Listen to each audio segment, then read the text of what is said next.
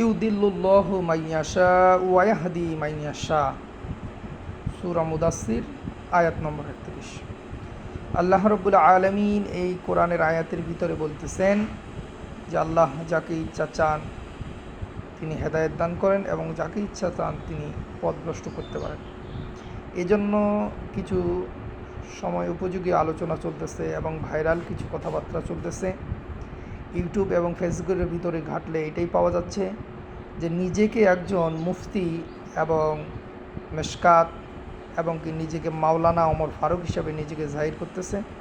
এটাও দেখা যাচ্ছে যে সময় উপযোগী কোনো সময়ে তিনি একসময় বক্তৃতার জগতে ছিলেন, আজকে তিনি নিজের সব কিছু ছেড়ে দিয়ে তিনি আজকে টিকটকার হয়ে গেছেন। এবং কি এমনও দেখা যাচ্ছে সম্প্রতি ভিডিওতে যে তিনি নায়কও হতে চাচ্ছেন। এজন্য আজকের আয়াতটি আল্লাহ রাব্বুল আলামিন সূরা মুদাসসিরের ভিতরে বলেছেন ইউদিল্লুল্লাহু মাইয়াশা ওয়া ইয়াহদি মাইয়াশা। আয়াত নম্বর হলো ৩১।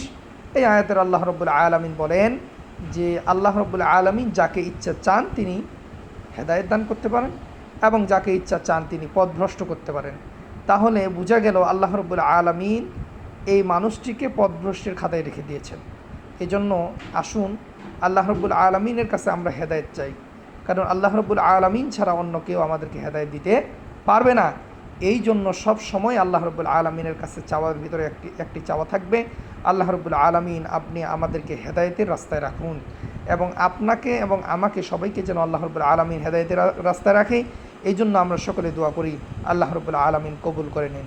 আসসালামু আলাইকুম ওয়া রাহমাতুল্লাহ।